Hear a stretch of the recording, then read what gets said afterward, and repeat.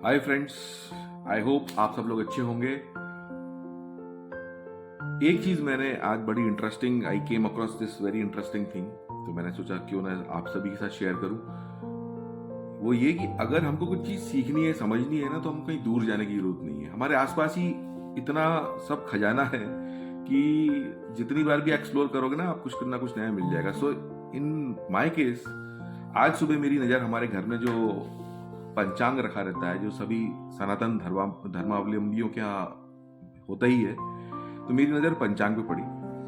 तो मेरे यहाँ जो पंचांग है, मैंने वहाँ उसमें देखा कि जनवरी महीने में उसमें एक लिस्ट होती है महीने के पर्व त्योहार करके। तो उसमें मैंने देखा ना, मैंने कुछ 4 महीने की निकाली है, तो जनवरी में 12 व्रत त्योहार या पर्व है, फरवरी में 17 है, मार्च में 16 है, अप्रैल में 20 है।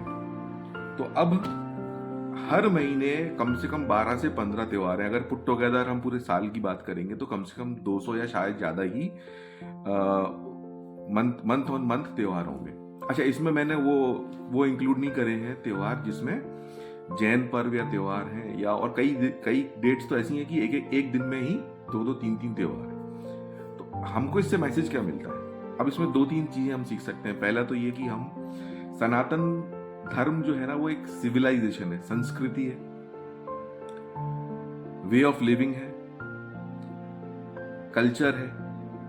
और ये हमको जो चीजें सिखाती है, पहला तो ये कि अच्छा, ये जो, हाँ, अब वो सीखते हैं हम कैसे कि जितने भी 30 त्योहार हमको दिख रहे हैं ना मंथ ऑन मंथ, वो इन सिंक विद नेचर है। कि कभी जैसे मौसम बदल रहा है, जैसे संक्रांति है, सूर्य भगवान उत्तरायण हो रहे हैं तो संक्रांति है, और इस तरीके एंड सो ऑन। तो जैसे मौसम बदल रहा है या ग्रहों की स्थिति बदल रही है, तो वो 30 त्योहार या व्रत पड़ते हैं। और जब मैं बोल रहा हूँ इन सिंक विद नेचर है, तो आप देखोगे जितने भी 30 त्योहार है उसमें पशु पक्षियों का भी बहुत सारा रोल है। जैसे देखते हैं कि गौ सेवा करो, गाय को कुछ खिलाओ। बोलते हैं कि अगर आपको अपना वीनस ठीक करना है, ज्योतिषी दृष्टि से शुक्र ग्रह सही करना है, तो आप गौ सेवा करो। केतु ठीक करना है तो कुत्ते की सेवा करो, कुत्ते को कुछ खिलाओ। इवन चींटी को भी खिलाने का भी कुछ है। किसी किसी चीज त्योहार में तो हाँ, इसमें मछलियों को भी खिलाने का भी रोल है। और किसी किसी पूजा में तो पेड़ की पूजा है, किसी पर्टिकुलर पेड़ की सब, या किसी जैसे मुझे बताया कि आंवले के एक पर्टिकुलर पूजा दिन होता है, त्योहार होता है, जिसमें आंवले के वृक्ष के नीचे बैठा जाता है। या फिर बरगदिया अमावस्या, तो बरगद के वृक्ष की पूजा होती है, उसको फिर खाना खाया जाता है। तो ये सब इसलिए हमारी जो जो जो जो हमारा जो सनातन धर्म है, जिसको हम संस्कृति, सिविलाइजेशन या कल्चर या वे ऑफ लिविंग जो कहना कहें, ये हमको प्रकृति से जोड़ रहा है कि आप प्रकृति को प्रिजर्व करोगे तो प्रकृति आपको इन रिटर्न बहुत कुछ देगी।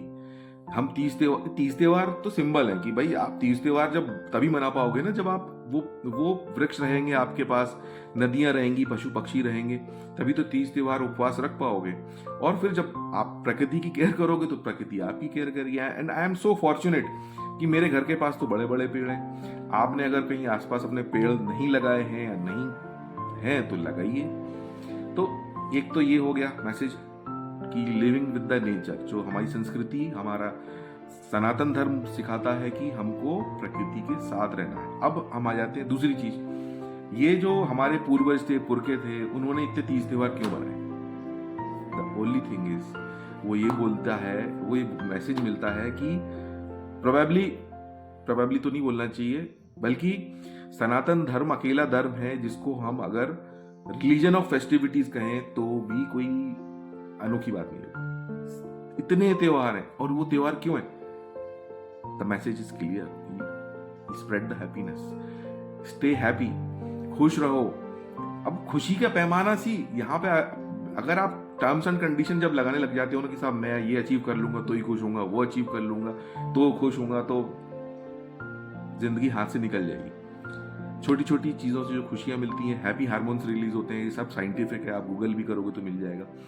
तो ये एज अ कम्युनिटी, पहले क्या होता था, जब मैं छोटा था मैं देखता था कि हमारे आस पड़ोस में ये आंटियां, चाचियां, दादियां, नानियां, ये छोटे छोटे व्रत त्योहार मिल के मनाते थे। तो it was a community happiness activity थी। तो आप जितना लोगों से जुड़े रहोगे, किसी ना किसी तीज त्योहार के बहाने आपको खुशियां मिलती रहेंगी। मैंने ये देखा कि जो lower segment of the society, जिसको हम लेबर क्लास भी बोल सकते हैं, वो इतना ज़्यादा बॉन्डिंग रहती है उनकी अपने रिलेशन में, रिलेटिव्स में, क्योंकि मैंने उनको बहुत क्लोजली देखा है कि वो हर त्योहार मनाते हैं, भले ही छोटा हो। मुझे शुरू शुरू में वो गुस्सा आता था, अरे यार ये क्या है, छुट्टी पे छुट्टी लेते रहते हैं, but that's the way of their living, and वो छोटी छोटी चीजों को एंजॉय करते हैं। अब आपके ऊपर है, how do you enjoy your life.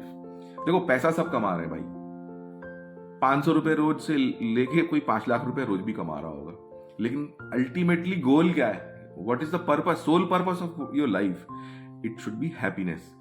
अब आप खुशियां कैसे पाओ, वो आपका पैरामीटर है। मेरा parameter, one of the parameter is you can, the Joy of giving भी बोलते हैं कि आप जब दूसरों को कुछ देते हो ना, आप खुशियां दोगे, लाइफ इज अ इको, आप जो दोगे वही वापस आएगा। आपको खुशियां बांटोगे, खुशियां मिलेगी।